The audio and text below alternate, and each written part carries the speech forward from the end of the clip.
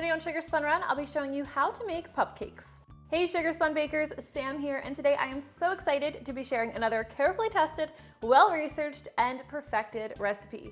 This is also possibly the only recipe on my blog that I haven't tasted myself, but I have it on good authority from my family members that it is absolutely delicious. These pupcakes are for your four-legged friends, for your dogs in particular, and it's a very easy recipe, so let's go ahead and get started. Begin by preheating your oven to 350 degrees Fahrenheit. Next, you are going to need a large mixing bowl, and in this mixing bowl, we are going to combine 2/3 cup of creamy peanut butter. Now, anytime you're making food for your dog, it's really best that you consult your vet first. But one thing I really want to stress to you is that you should check the ingredients on your peanut butter. Whatever you do, do not feed your dogs anything that contains xylitol. Some peanut butters contain xylitol. It is not a common ingredient, but always check because this ingredient can be deadly to dogs. And I am just using the generic store brand peanut butter. This is not a natural peanut butter. We'll also add 1 cup of pumpkin puree. Now this is canned pumpkin puree. Make sure you are not using pumpkin pie puree, which has other added ingredients that your dog does not need. We'll also add 1/3 cup of olive oil, 1/4 cup of honey, and 2 large eggs. Now whisk everything together until this batter is nice and smooth. Next, you're going to need 2/3 cup of water. Now, if you want to amp up the flavor in these pupcakes, you could use chicken stock or chicken broth instead, but I am just using water. And I like to add this at this point because it's a lot thinner than the rest of the mixture, so it's just easier to add it once you've blended everything else together. I'm just going to stir that in until it's completely incorporated and your batter is nice and smooth. All right, in a separate bowl, I have 1.5 cups of all-purpose flour measured out, and I'm going to add 2 teaspoons of baking powder and just stir these together really quickly and add them to my wet ingredients. We'll stir this together, and anytime you're making cupcakes or muffins, I usually stress that you don't want to overmix your batter because it can make them dense and dry.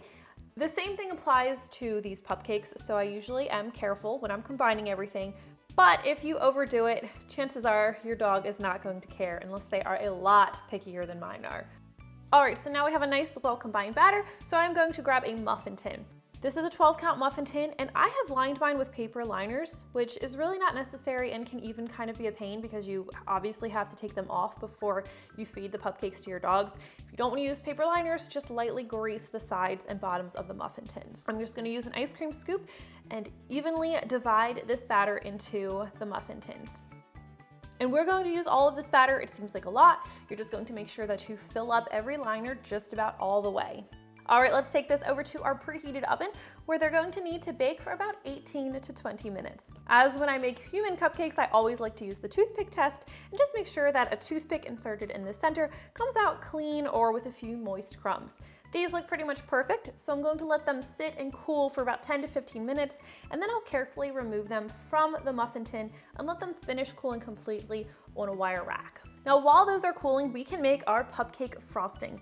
This is optional, but cupcakes need frosting, right? So I feel like pupcakes do as well. This is really easy to make. You're going to start with 1/2 cup of creamy peanut butter and add 4 ounces of softened cream cheese. Now stir this together until the peanut butter and cream cheese are nicely combined. And then I have a couple teaspoons of water here. I'd say probably about 2 tablespoons. And I'm just going to add this about a teaspoon at a time until I have a consistency that's nice and spreadable and resembles frosting that I'm used to using on regular human cakes. This looks pretty good, and this frosting can absolutely be piped out of a piping bag if you'd like to do that. My dogs do not care, so I'm just going to be spreading the icing on top of my pupcakes. And I'm going a little bit light on this frosting. You could certainly go heavier if you'd like. I just wanted to do a light topping today. Okay, well that is not the prettiest cupcake I've ever decorated, but I'm also not going to be eating it, and I'm pretty sure my dog does not care what it looks like. If you guys try this recipe out, or if your dog tries it out, I would love to hear what you and what they think. Always love hearing from you guys, and I especially would love to hear from your dogs. Thank you guys so much for watching, and I'll see you next time.